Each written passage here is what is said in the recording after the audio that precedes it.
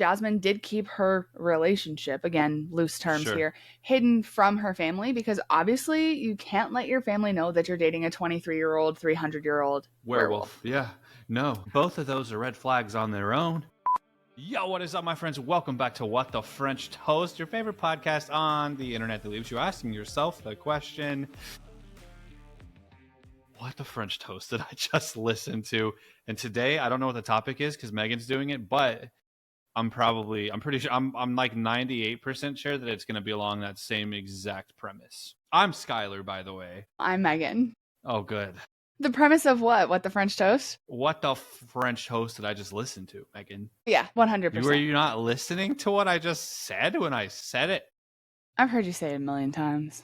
Man, it really is just like I just wait for you to say, I'm Skylar, and I go, I'm Megan. That makes sense because you didn't respond until I said that. I looked over and you were just like, yeah, so now, pretty much. Yeah, that's just me. Waiting. I just sit here and look nice until like a minute in. Skylar talks forever. Guys, we have merch and it looks phenomenal. Here, look, check it. Got it in today. This is the Haunting at Arrow's End shirt. Can they looks see it, so good. Yeah, this is the back of it. Pretty sick. I like it a lot. It's like my favorite shirt that we've ever had. Me too. And it specifically is, it's a little soft because it was the prank played on me. And then we can't show you the hat because apparently it's out of stock, but we got the stickers. Yeah, that one's holographic. Stickers, yeah. It's really sick, and I'm excited to put it on something. Don't know what I'm going to put it on yet, but I'm stoked about it. I don't know. I'm going to order a bunch. I'm going to order a bunch of stickers. I'm going to show you guys the hat anyway because I'm going to be wearing it, so it's not like I'm not going to be wearing it.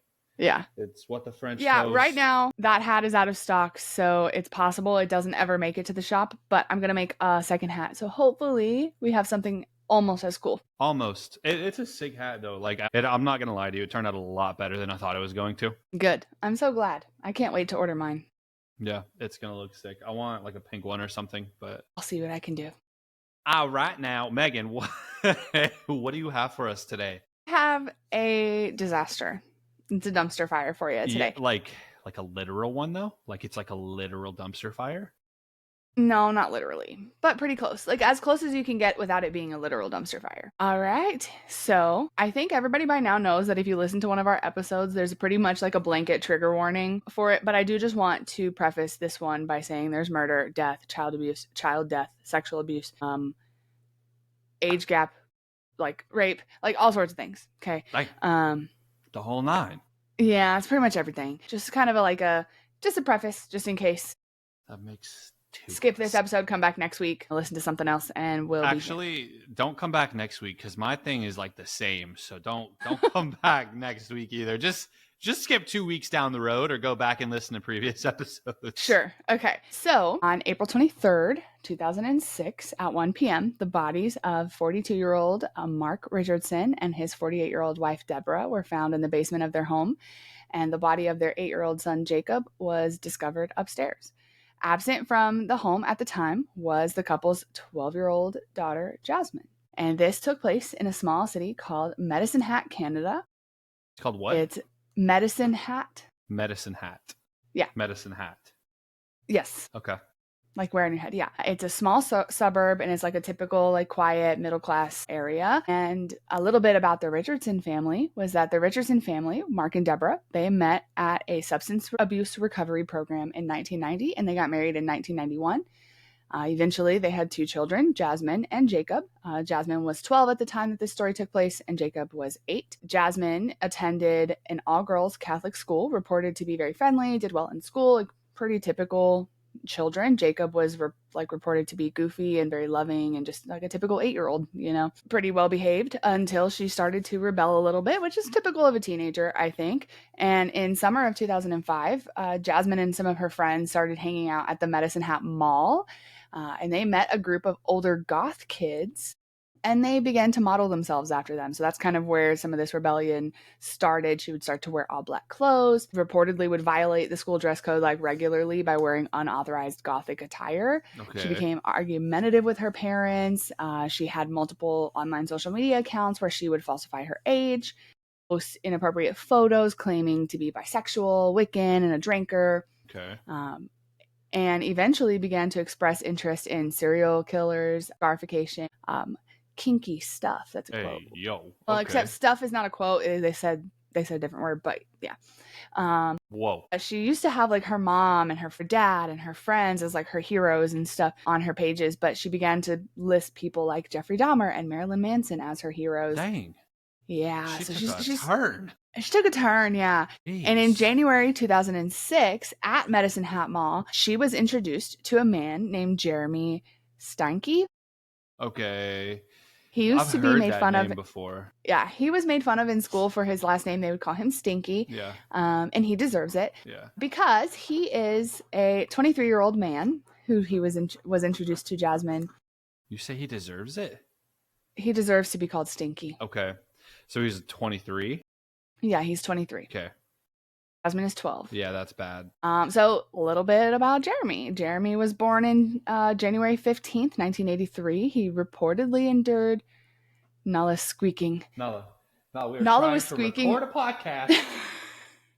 Right before that, Winston was digging in the bed. Jeremy reportedly endured a lifetime of physical abuse throughout his childhood at both the hands of his biological father and his stepfathers. He recalled a time when his second stepfather had locked him in a deep freezer, and he defensively broke the arm of his mom's ex-boyfriend who was abusive using a lead pipe. Jeremy and his mom frequently moved around due to the onslaught of violence and chaos in their home, and he spoke of never really being able to make friends properly because he moved around so much. He was unemployed, a high school dropout, diagnosed with ADHD, and again, his early life was very turbulent, and his mother and all her partners struggled with alcoholism. And by the age of 14, Jeremy had begun drinking himself. Around the same time, he experimented with drugs such as mushrooms, ecstasy, LSD, marijuana, and also began to self-harm, and he dropped out of high school. At 16, he moved in with his biological father in Saskatchewan, but he left very quickly after falling out with his stepmom. There's not really much details about what that entailed, but it sounds again like he was also going through a very rough time as a child. And, he attempted to turn his life around by enrolling in Medicine Hat College to earn his high school credentials. And he took a job at Tim Hortons and sought an apprenticeship in the oil industry. So kind of was making, strides to become a much more productive member of society. Which is but good. Yeah. Ultimately, he did drop out and stop pursuing employment as well. Okay, and this is all prior to him meeting this girl at the mall. Yeah, this is just like his life. Yeah. During his late teens, Jeremy gravitated towards the goth subculture, immersing in heavy metal music, aspiring to be a musician, heavy metal musician, adopting the kind of typical goth aesthetic, all black clothing, dark eyeliner, face paint, shaving his head, and eventually began to form a circle of younger goth friends. Okay. I mean, he's an adult at this point, by supplying them with drugs and alcohol. Of course. Yay. He made an account on one of the very many social media sites that was active at the time called Vampire Freaks. That was the website. It's like a MySpace. He wrote disturbing entries about, quote, liking to kill prostitutes, and described graphic fantasies involving their remains. He also listed his dislikes as racial slurs. He used very many like vulgar, slurs, and law enforcement. So he is just like a top-notch character.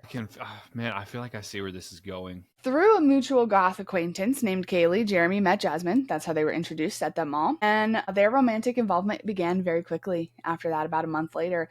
Jeremy claimed that he was unaware of Jasmine's age, and she had lied about being older, which she had falsified her age on a lot of her social media profiles. But his friends were really upset by the relationship, as they should be. 100%.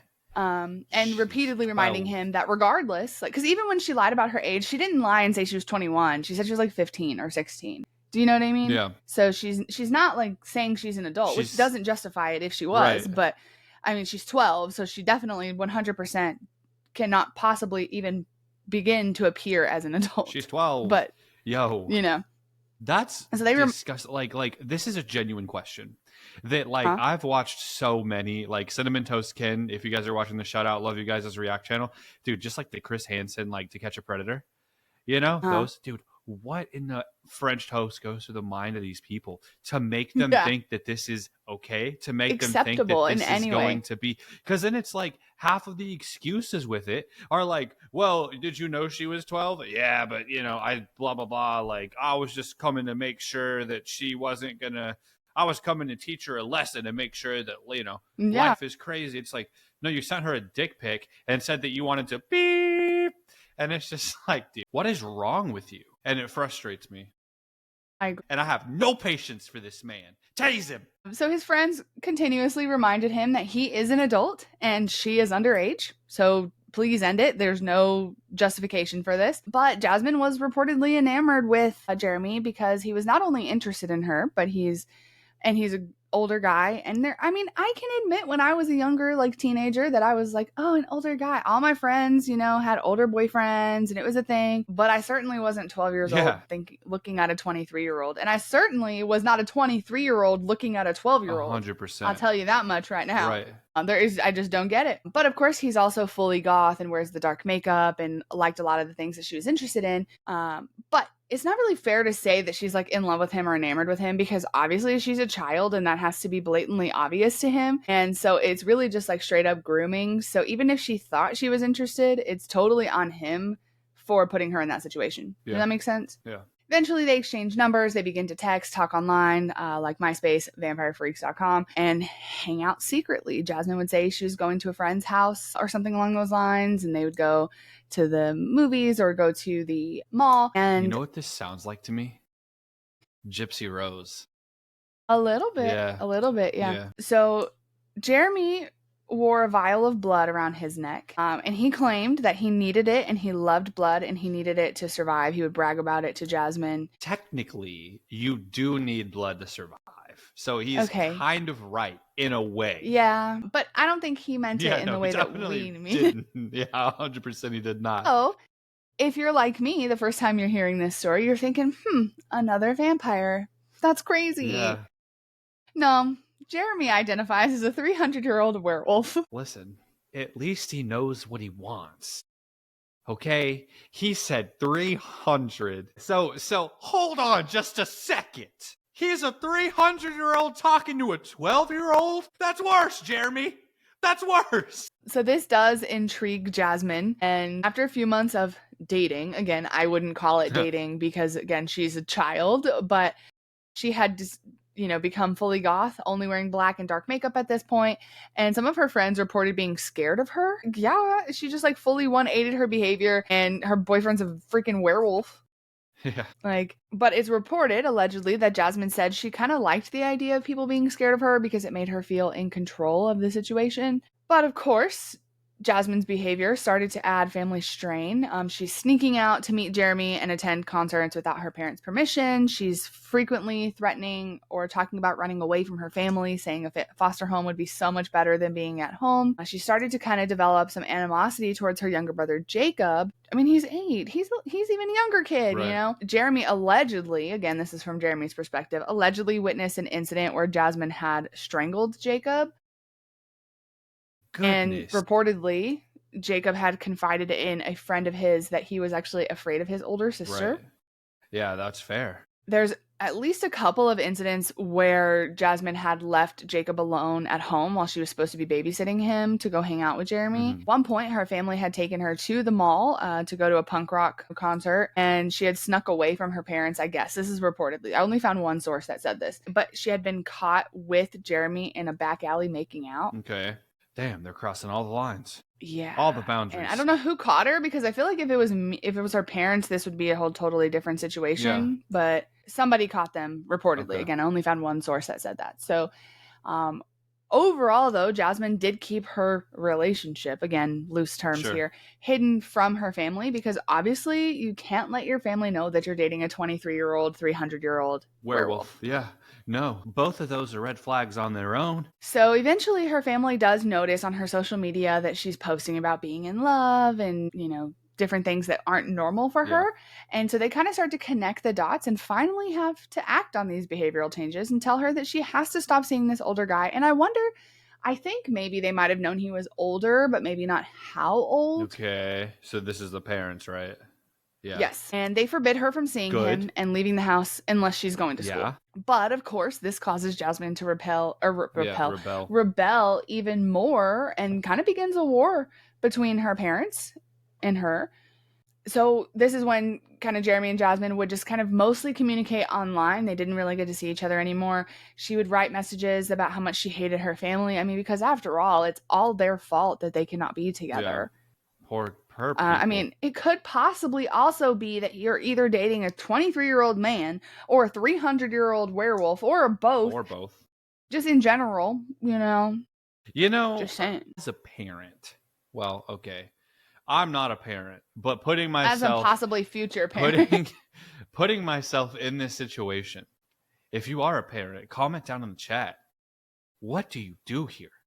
Yeah, like we can say like, yeah, no, like you can't, you're forbidden from seeing them. But 12 to 13 years old, like that's a rebellious little age anyway. And then also it's like the possibility of sneaking out, and then he's like a 23-year-old. So man, as a potential future father, if I ever found this out, I'd have a difficult time with maintaining composure if I ever saw this dude in public anywhere. Well, especially if you knew he was that Right. much older. I mean, it's one thing if she's 12 and the boyfriend's maybe 14, maybe 15. It starts to get a little weird once they're older than that, even if it's legal, because like what do you have in common with a For 12-year-old? real. She's in freaking middle And you're school. 300 and Like, a different species. So yeah. what are we doing? See, no, I didn't think about Yeah. that. He might Now, get me. He is a werewolf. I mean, ultimately, I know I've said dating and I know I've said relationship and I know I've said these things about Jasmine. I'm ultimately not really blaming her because overall, she's a teenager, not even a teenager, who's groomed and manipulated and raped by a grown Mm-hmm. man. Okay? Like so they had already at this point, they had before they got like banned from seeing each other, they had been like sleeping together again, and I hate using that word because that's not what it is. Dude, He had been raping her even if she thought it was 12, consensual. dude. At 12 years old, dude. Yeah, I know. And I don't like using that word because even if she thought she wanted it and thought she was consenting, she's 12. She like legally Yeah. can't.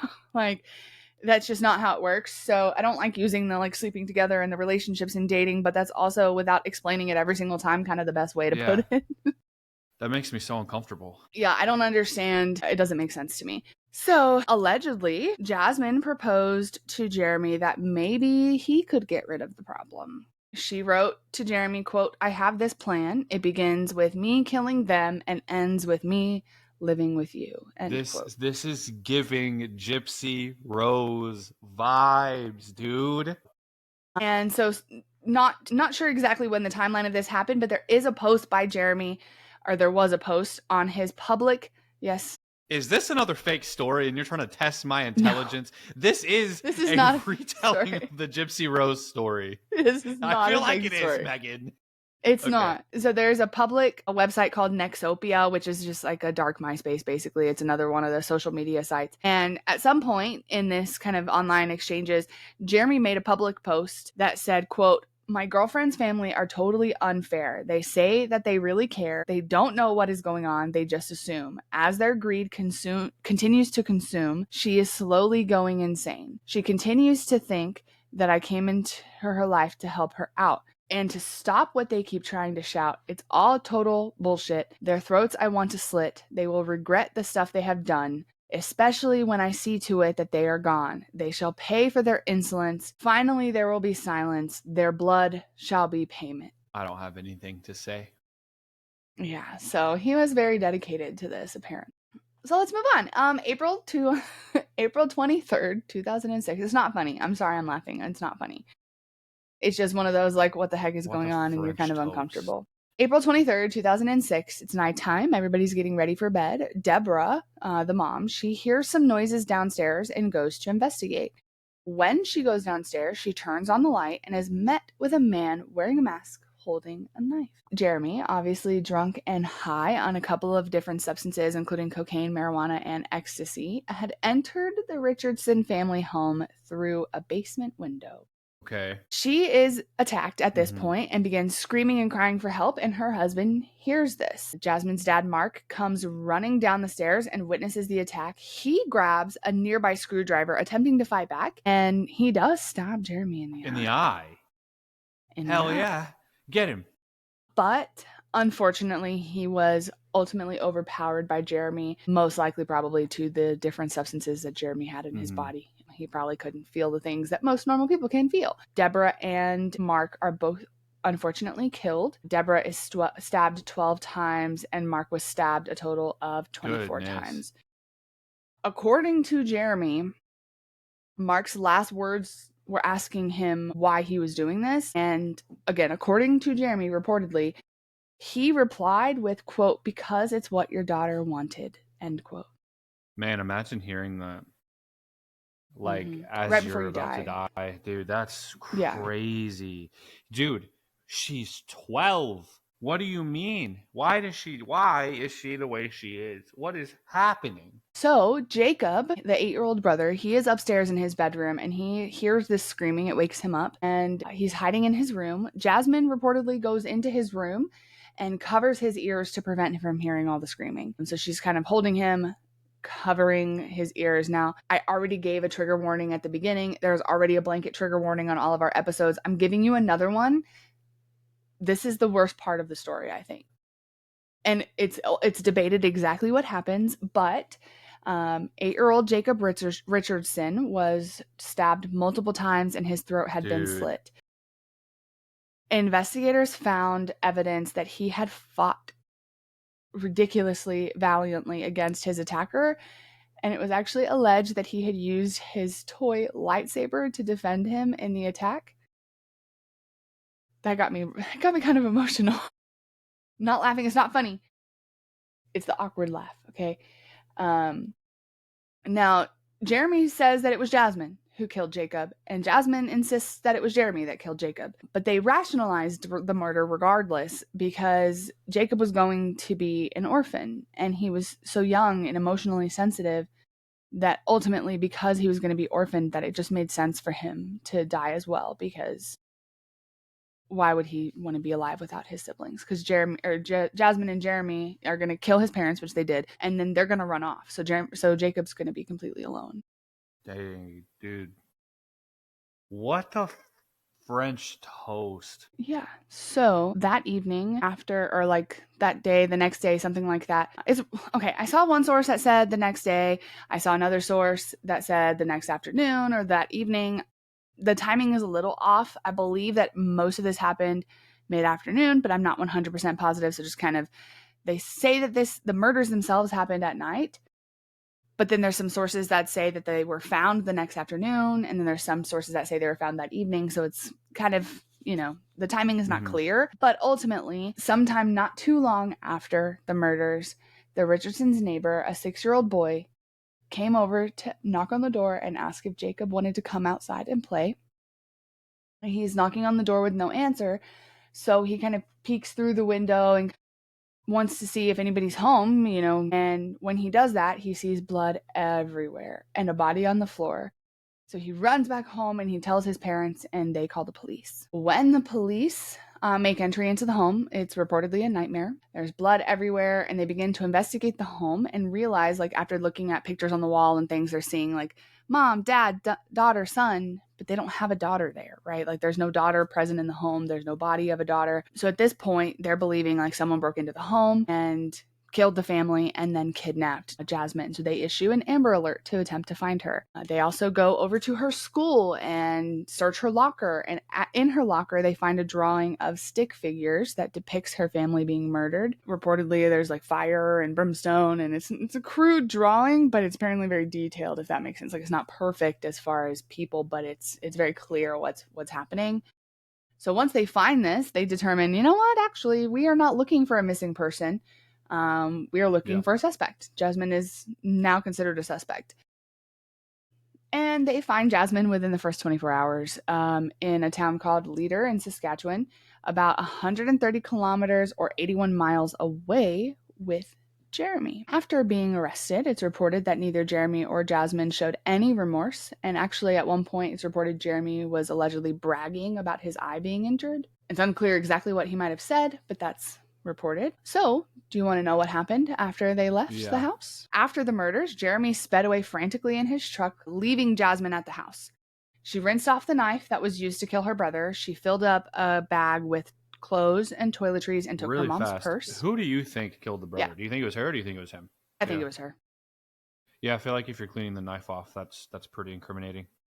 That implies it to me as well, almost like she might have done it, but then if she cleans it off, maybe it'll look like Jeremy did it. So if they ever get caught, Yeah. she took her mom's purse and she used her mom's credit card to withdraw cash from an ATM at 7-Eleven to get a taxi to Jeremy's trailer. When she got there, reportedly they had sex. Again, it's not because she's a child. Later in the morning, they went to a house party hosted by a friend of Jeremy's, not too far from Jasmine's home, actually, where her family lay dead. Witnesses observed Jasmine laughing and talking really happily with other attendees, as well as sitting on Jeremy's lap, passionately making out with him, pretty much not even giving an indication that anything might have happened. Again, Jeremy was reported as showing off his eye injury inflicted by Jasmine's father in their fight earlier to the other partygoers. And at one point, he blurted out that he had killed his girlfriend's family, stated that he, quote, gutted them like fish, with Jasmine corroborating and saying, quote, my little brother gargled. That's where, like, what happened to you, little thing? Like, what the?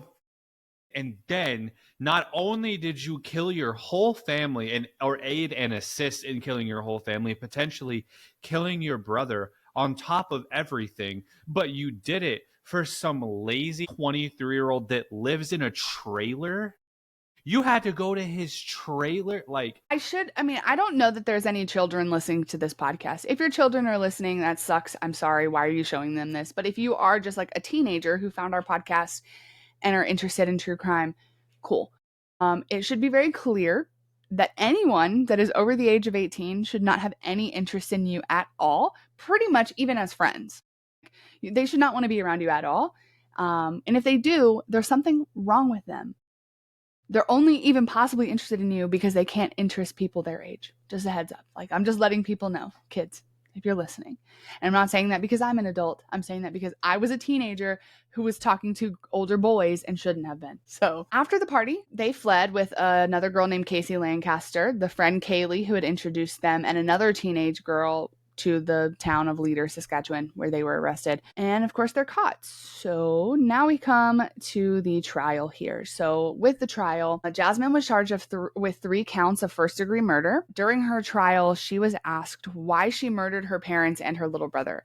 She said, quote, I loved Jeremy so much, I thought it was going to bring us closer together, end quote. okay. During the trial, it was discovered that Jeremy and Jasmine had been able to send letters back and forth while they were in their respective prisons. And from the letters, there's no remorse or guilt apparent in any of their writing. It was actually kind of reported that they were almost like planning their futures together. At one point, one of the letters from Jasmine says, quote, never has a person affected me so much. Always will there be something missing without you with me. My lawyers tell me we're legends, closer to immortality, it would seem. What's with this cryptic way of writing? I don't know why they're writing like this either. I think it's just because What they're like goth fixation, emo yeah. vampire kids and think that they're cool or something. And then a letter from Jeremy says at one point, quote, I love you more than life itself. I've added you to my visitors list, so once you're released, please visit often. Never forget how much I care or that I love you. Without you, this life is not worth living. You said you want to get engaged, then here's a question. Will you marry me? If so, then it's a verbal agreement. This is a child. Okay. So Canada has some unique laws for children and for charging and stuff for crimes and stuff. It's just different than the US. I would almost argue kind of nice, actually. So not necessarily in this case, but just in general. Under the Youth Criminal Justice Act in Canada, Jasmine's name could no longer be published in Canada after she became a suspect for the case. So under the same act, though, 12 is the youngest possible age at which any person can be charged with a crime. And convicts who were under 14 years of age at the time that they commit a crime cannot be sentenced as adults. And they cannot be given more than a 10-year sentence. Could be beneficial for rehabilitation. Not sure that it's beneficial in this specific case. On July 9th, 2007, Jasmine, who had by then turned 13, was found guilty of 3 counts of first-degree murder. And she is reportedly the youngest person to ever be convicted of a multiple murder in Canada. Fair. On November 8th, 2007, she is sentenced to the maximum allowed under the law for someone her age, which was 10 years imprisonment. Her sentence included credit for the 18 months that she'd already been in custody, to be followed by 4 years in a psychiatric institution and 4.5 years under conditional supervision in the community, which is basically probation. In 2011, Jasmine began attending classes at a college called Mount Royal University in Calgary, Alberta, during the final years of her sentence. So she's, finishing up here. She was released from a 10-year sentence at the psychiatric hospital in the fall of 2011. And in October 2012, it's reported her rehabilitation was going very well. She expressed remorse for her actions that experts actually considered to be genuine. I don't know. In May 2016, her sentence, including her probation, had been completed and she was freed of any further court-ordered conditions, restrictions, or supervision after a final hearing that was on May 6th, 2016. Now, as part of the law and as part of her agreement, her criminal record was set to be expunged in 2021, provided that she engage in no further criminal activity. However, due to COVID-19 and the pandemic, it was actually expunged a year earlier in 2020. Jeremy admitted to the murder of the parents in conversation with an undercover police officer while he was in custody. He also asserted that Jasmine was the one to murder Jacob. During his early court proceedings, it was theorized that he would be prosecuted for statutory rape due to his relationship with Jasmine, but this charge was ultimately never pursued. And I argue that that is because, I obviously don't know the specifics, but I would argue that's because she was pretty insistent on being willing, if that makes sense, or consenting. Granted, she was not of the age of consent, so I don't understand how that would happen, but it seems like she was, at least thought she was willing to consent, basically. He went to trial in November 2008 and was found guilty on 3 counts of first-degree murder for killing all 3 of the Richardson family. On December 15th, 2008, Jeremy was sentenced to 3 life sentences, 1 for each first-degree murder count, and the sentences are to be served concurrently, which basically concurrently means technically he's serving them all at the same time. Jeremy will be eligible for parole after serving 25 years. While in prison, Jeremy legally changed his name to Jackson May to honor his mother, Jacqueline May, who died on March 29th, 2016. So he's still in prison. So he probably only has a few years left, to be honest, if he does end up being eligible for parole. Now, I couldn't find any reports that talk about anything about if Jasmine and Jeremy are still in contact. I would assume that they are not, because if she wants to keep her expungement and that type of thing, she's not supposed to commit any criminal activity. And even though they're now both of legal age, I would assume that being in contact willingly with a convicted murderer is questionable.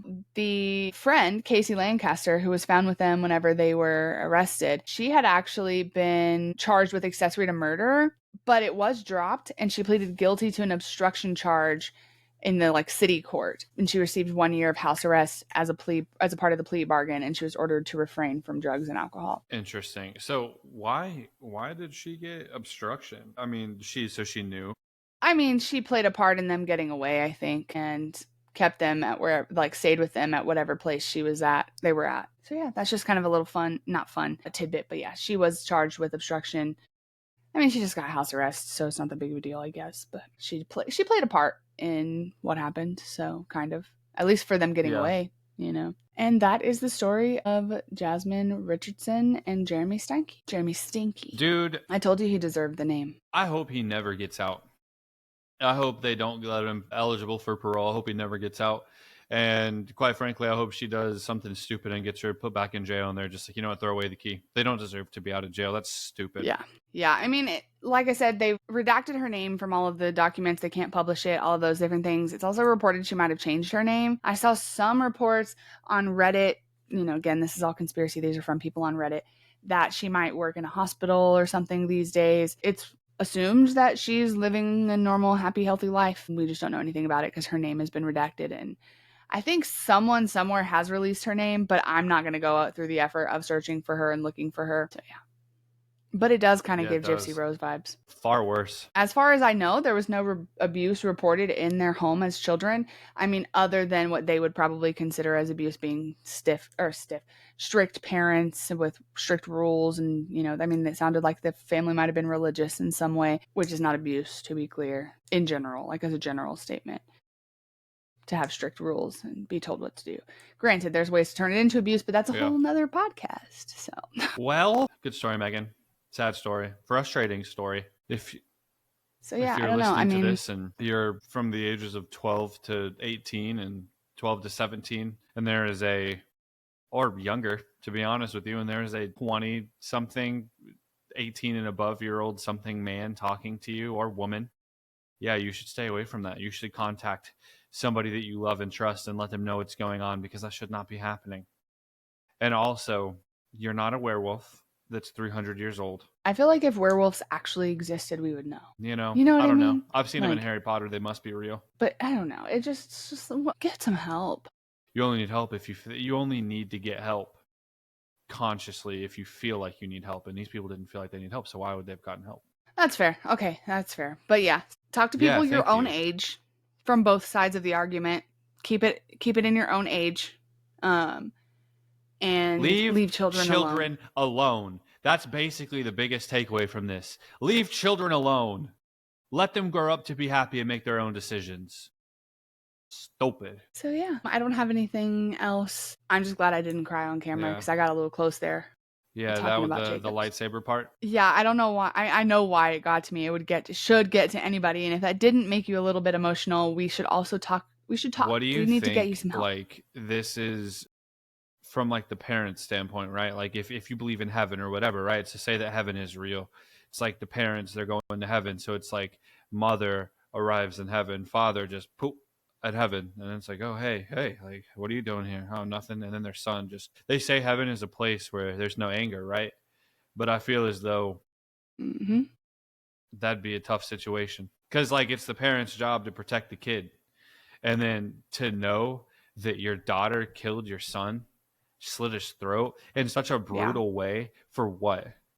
For some 23-year-old werewolf I that's mean, 300 that lives in a trailer that has absolutely no future yeah. ahead of him? It gets very theological, but I don't know that in that moment, if you believe in heaven and you're in heaven, which I mean I do, but if when it comes to that, I don't know that you have the. It's not up to you at that point to have those feelings. It would be up to God. So God would have those feelings, and I don't know. I mean, I don't know anything about this as far as how it works from that Yeah, it's a perspective, different but yeah, podcast episode. I just feel like, yeah. that's different. It's a different podcast, to be honest. This is not a theological podcast. Yet. I'm kidding. We're not Yet, going that direction. yet, No, maybe one day we'll see. we're not. We collectively are not going that direction. No, if we ever did, it would be a different podcast. Highly unlikely. Anyways, yeah. Buy your merch. Summer 25 gets you a discount, 25% off of your merch, and that's all I have to say. I'm a little Guys, bit don't be sad now. dumb. Love you. See you next week. Goodbye. Bye.